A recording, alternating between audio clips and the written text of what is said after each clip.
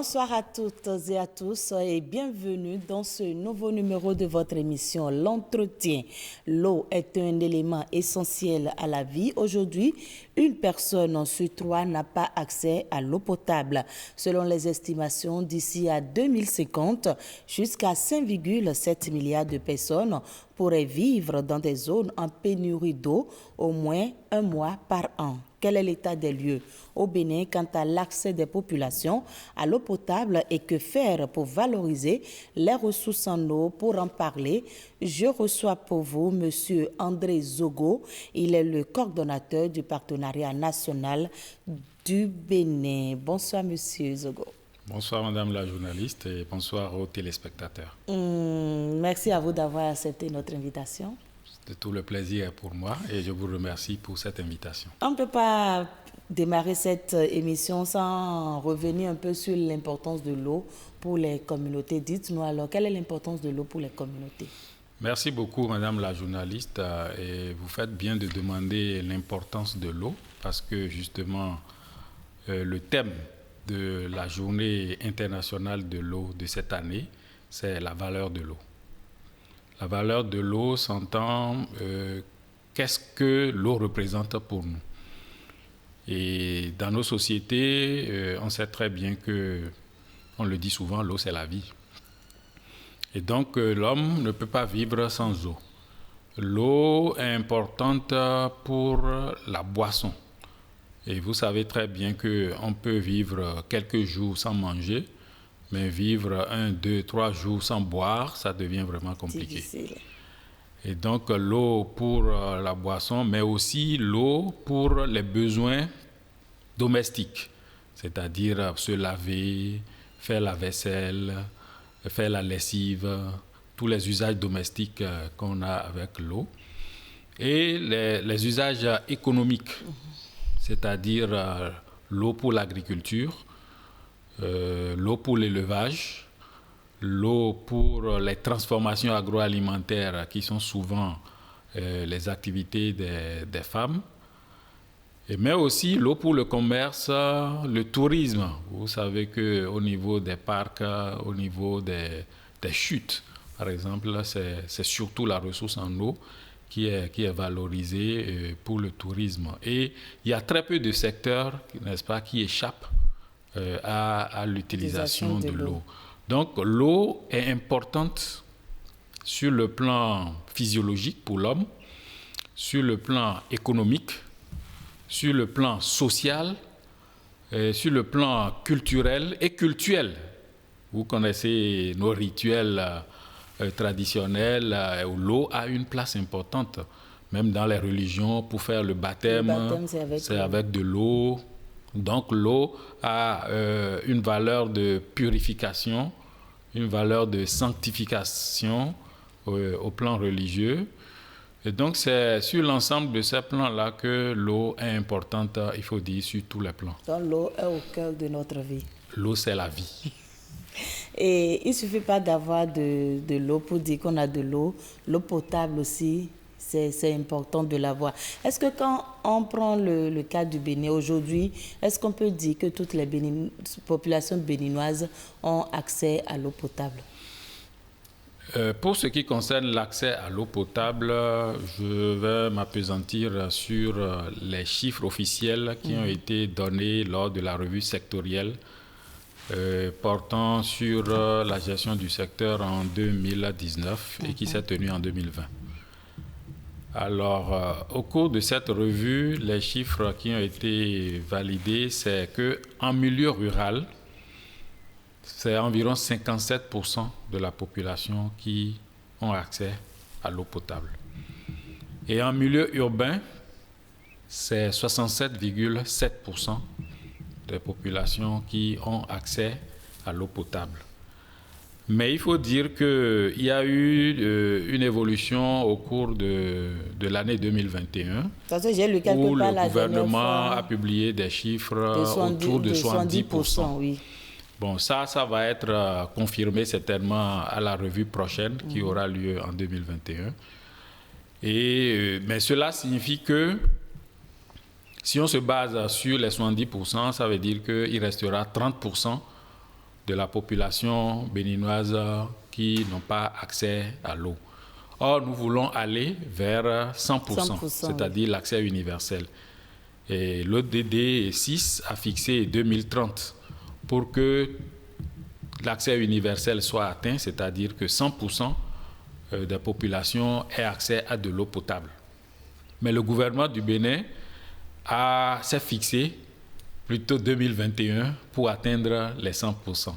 Est-ce que c'est faisable? Il y a beaucoup d'investissements qui sont en train d'être mis en place.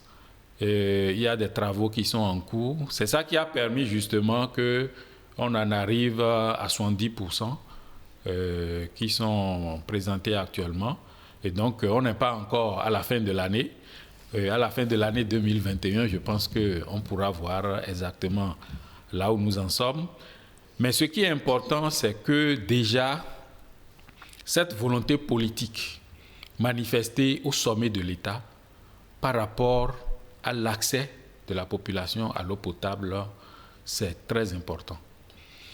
Et cela a été accompagné aussi par la mobilisation de ressources et des investissements qui sont en train d'être mis en place, aussi bien en milieu urbain qu'en milieu rural, pour que l'ensemble de la population puisse avoir accès à l'eau potable. Mais il est important aussi d'accompagner cela des actions pour l'assainissement, parce que l'eau va ensemble avec l'assainissement. Hygiène et l'assainissement. Ça va ensemble. Et tout simplement parce que si vous arrivez à fournir de l'eau potable à la population, mais que la population vit dans des conditions insalubres, prenons par exemple vous ne pouvez plus garantir la qualité. L'exemple de Ganvier, par exemple. Ganvier, vous êtes même allé déjà très loin.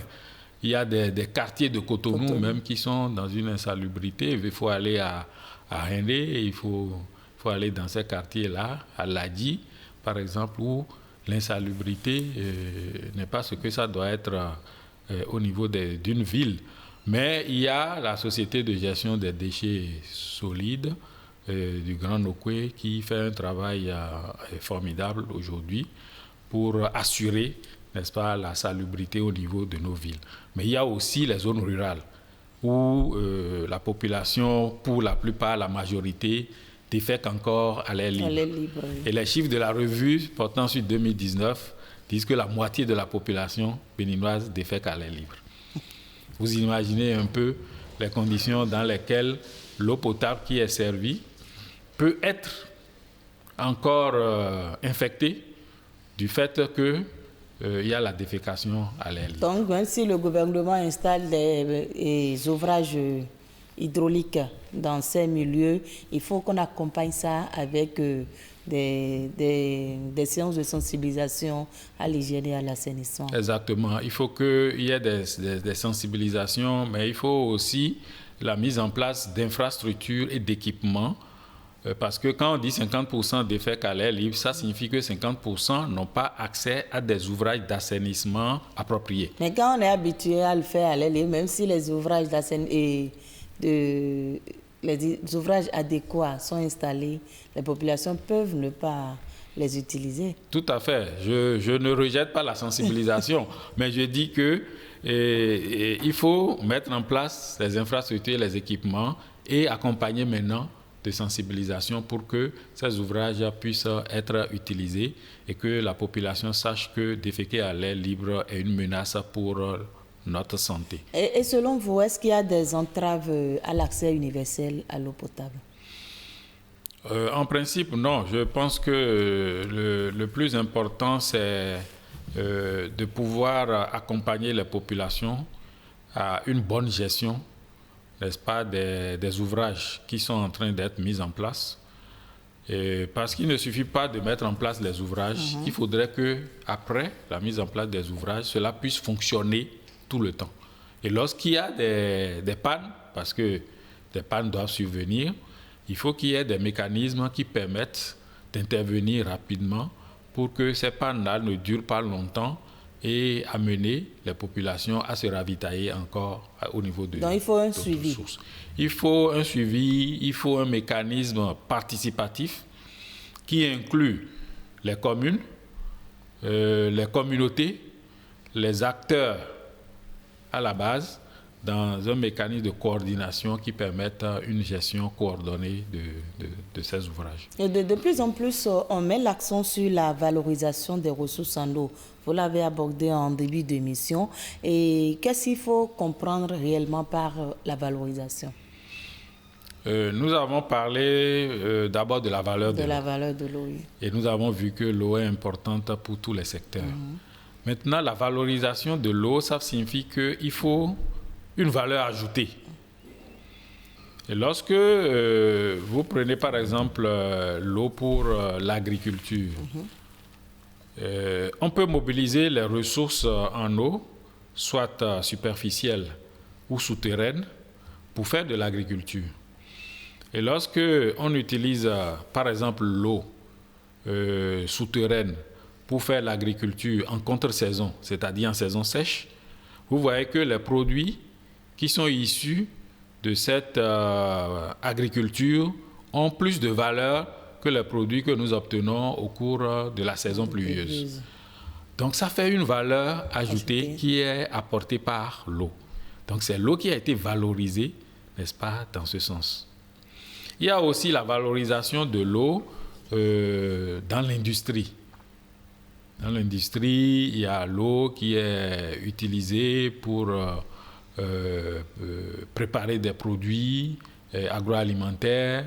Il y a l'eau qui est utilisée même comme eau de boisson, mais embouteillée, et conditionnée, de façon à ce que déjà sa valeur augmente et on l'enrichit avec des minéraux, avec des sels minéraux, mais aussi avec d'autres substances qui sont, n'est-ce pas, nécessaires pour l'organisme humain. Oui. Donc, on peut également, au cours des transformations agroalimentaires, valoriser l'eau et utiliser cette eau pour transformer des produits agricoles en d'autres produits. Donc, voilà des procédés, des processus qui permettent de valoriser l'eau. Dans le secteur du tourisme également? Dans le secteur du tourisme, quand vous avez une chute, c'est très beau à voir. Maintenant, au niveau de cette chute, il faut mettre en place des infrastructures, des équipements, peut-être des infrastructures hôtelières, des restaurants, qui permettent aux visiteurs, n'est-ce pas, de se sentir à l'aise et de venir admirer la beauté de ces chutes-là. Donc, tout ça, c'est de la valorisation, n'est-ce pas, de l'eau au plan touristique. Mais il y a aussi ce qu'on connaît le plus lorsque on fait des barrages hydroélectriques pour produire de l'hydroélectricité. C'est l'eau qui est valorisée.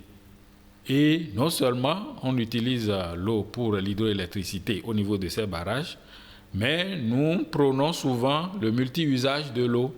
Donc, le barrage qui a été mis en place doit servir en même temps pour produire de l'hydroélectricité, mais on peut également avoir une cuvette qui permette aux animaux, aux troupeaux de venir s'abreuver. Oui. On peut également irriguer des sites hydro-agricoles à partir de ces mêmes barrages pour faire de l'agriculture. Donc voilà comment est-ce que dans divers secteurs, on arrive à valoriser l'eau. Mais ce qui est surtout important, c'est que cette valorisation de l'eau puisse se faire de façon durable. Nous devons utiliser l'eau, exploiter l'eau, valoriser l'eau, tout en maintenant sa valeur écosystémique, ses fonctions écosystémiques. Les fonctions écosystémiques de l'eau, cela s'explique par le fait que il y a une régulation, n'est-ce pas, hydrologique qui est en place au niveau des écosystèmes. Et dans chaque écosystème, l'eau joue un rôle important.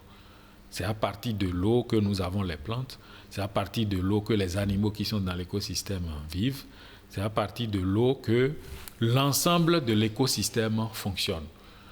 Donc, il est important que ces fonctions écosystémiques de l'eau puissent être maintenues, même si nous exploitons l'eau, même si nous valorisons l'eau, pour en tirer, n'est-ce pas, des revenus pour notre développement. Parce qu'il ne faut pas se laisser tenter par le développement industriel et oublier, n'est-ce pas, la gestion écologique des ressources en eau. Et cette gestion écologique de la ressource en eau suppose que l'on puisse protéger l'eau, qu'on valorise. Et nous avons des activités au Partenariat national de l'eau du Bénin, par exemple, qui visent à protéger les têtes de bassin. Les têtes de bassin, ce sont les sources d'eau, c'est-à-dire les points à partir desquels les eaux que nous retrouvons au niveau des cours d'eau, au niveau des lacs, affleurent au niveau du sol. Et comment se fait la protection alors? La protection de cette tête de bassin dépend de la situation ou de l'état de dégradation qui est constaté au niveau de cette tête de bassin. Par exemple, au niveau de la tête de bassin de Mékrou, qui est un sous-bassin du bassin du Niger, nous avons constaté que le couvert végétal était en dégradation progressive. Et on a fait des cartes d'occupation de sol qui ont montré qu'on évoluait plutôt de la savane vers un couvert constitué essentiellement de jachères, de champs. Cela veut dire que les actions anthropiques deviennent de plus en plus fortes au niveau de cette tête de bassin et que ça commence par se dénuder avec des problèmes d'érosion qui se posent et tout, et des problèmes de pollution même au niveau de la tête, avec l'agriculture qui se fait tout autour, les pesticides qui sont utilisés et qui arrivent au niveau de l'eau. Et quand c'est au niveau de la tête de bassin, vous voyez très bien qu'en aval, tout cela va se répercuter sur les usages qui sont faits de l'eau.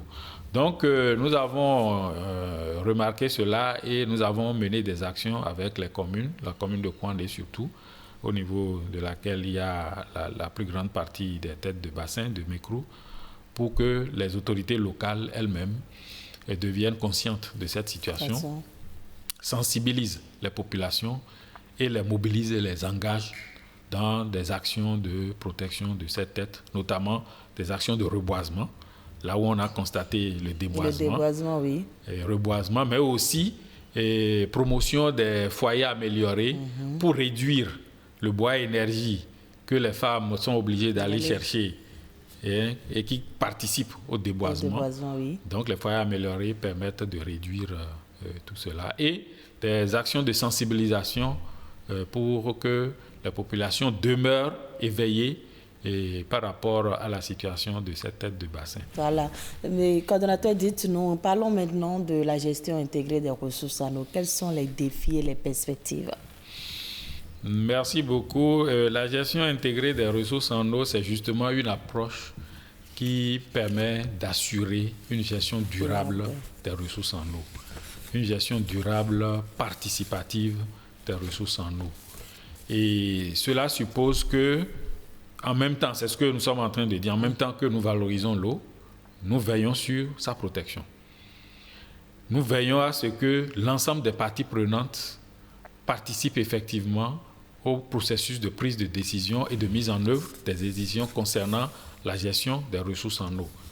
Nous veillons à ce que la femme joue un rôle important dans les prises de décision également, parce que on sait très bien que en matière d'approvisionnement en eau, c'est la femme qui est au centre au niveau des ménages. Mais là où les décisions se prennent, elle n'est pas présente. Il faut qu'elle soit là. Et également l'aspect économique de l'eau, dans ses usages concurrentiels bien entendu, tout en garantissant l'aspect social de l'eau. Donc aujourd'hui, la GIRA a été adoptée au Bénin depuis 2010 dans la politique de gestion, 2009 même, dans la politique de gestion des ressources en eau. Et il y a eu la loi 2010-44 qui a codifié, n'est-ce pas, cette approche-là comme approche de gestion des ressources en eau.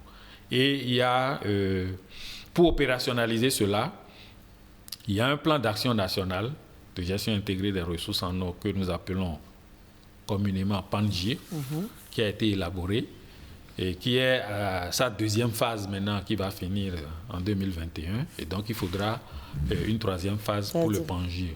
Et le défi actuel, c'est la mise en place des organes qui sont prévus pour la gestion intégrée des ressources en eau. Ces organes sont en train d'être mis en place, mais ne sont pas encore totalement mis en place. Il y en a qui sont là, il y en a qui ne sont pas encore mis en place, il y en a qui sont là, qui ne sont pas fonctionnels. Donc, le défi, c'est de pouvoir mettre en place les organes appropriés et de les faire fonctionner. Parce que c'est le fonctionnement correct de ces organes qui va assurer la gestion intégrée des ressources en eau véritablement dans notre pays. On parle de l'eau et de la valeur de l'eau. Dernièrement, on a appris que l'eau est cotée en bourse. Quelle est votre appréciation par rapport à cette nouvelle valeur qu'on donne à l'eau? Oui, là, c'est la valeur économique, je dirais même financière de l'eau qui commence par prendre le pas sur les autres valeurs.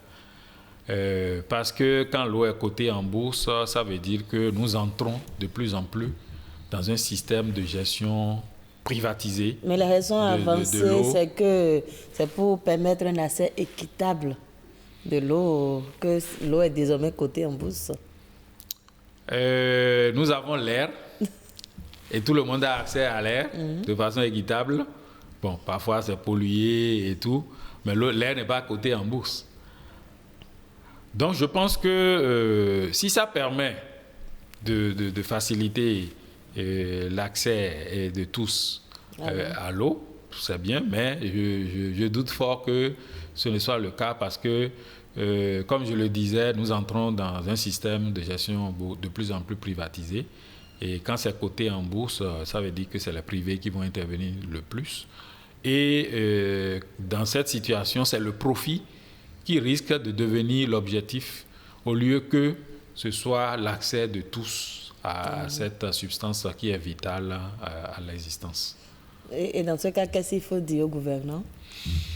Je pense qu'il faut vraiment étudier la situation pour voir qu'est-ce qui se passe exactement. En tout cas, nous, de la société civile, nous sommes dans des réseaux internationaux qui ont déjà fait des pétitions par rapport à ça, pour exprimer les points de vue et les inquiétudes, les appréhensions que les sociétés civiles du monde entier ont par rapport à cette situation de cotation en bourse. Sinon, selon vous, on ne doit pas coter l'eau? Je ne vois pas l'utilité encore de coter l'eau en bourse. Bon, nous sommes presque au terme de cet entretien. Est-ce que vous avez un mot pour conclure? Je vous remercie encore une fois pour cette opportunité que vous m'avez donnée pour parler de cette ressource qui est vitale pour le monde entier et pour notre pays aussi, le Bénin. Et je voudrais attirer l'attention des décideurs, mais aussi de l'ensemble des populations sur la valeur de l'eau, sur l'importance de l'eau et nous inviter à une gestion parcimonieuse de l'eau. Lorsqu'on arrive à avoir de l'eau potable, il ne faudrait pas que ce soit l'eau potable qui soit utilisée pour laver les voitures, pour laver les carreaux. Avec quoi on va laver les voitures et les carreaux? Et on peut avoir l'eau de puits. Et pour ceux qui n'ont pas de puits? Bon, c'est en tout cas quand vous regardez tout l'investissement qui est fait pour avoir de l'eau potable et aller utiliser ça pour certains usages. C'est un gaspillage énorme. Et parfois, on a des casses, on a des pannes qui font que l'eau est gaspillée, l'eau coule sans que cela ne soit utilisé. Quand vous regardez tout l'effort qui a été fait pour potabiliser cette eau et la mettre à la disposition de la population, vous ne pouvez pas accepter qu'on puisse la gaspiller. Merci beaucoup à vous, Monsieur André Zogo. Je rappelle que vous êtes le coordonnateur du Partenariat national de l'eau. Avec vous, on a parlé de la valorisation de l'eau, des ressources en eau plutôt, qui est un défi pour les pays. Mesdames, Messieurs, voilà, ce sera tout pour cette émission. Merci à vous de nous avoir suivis.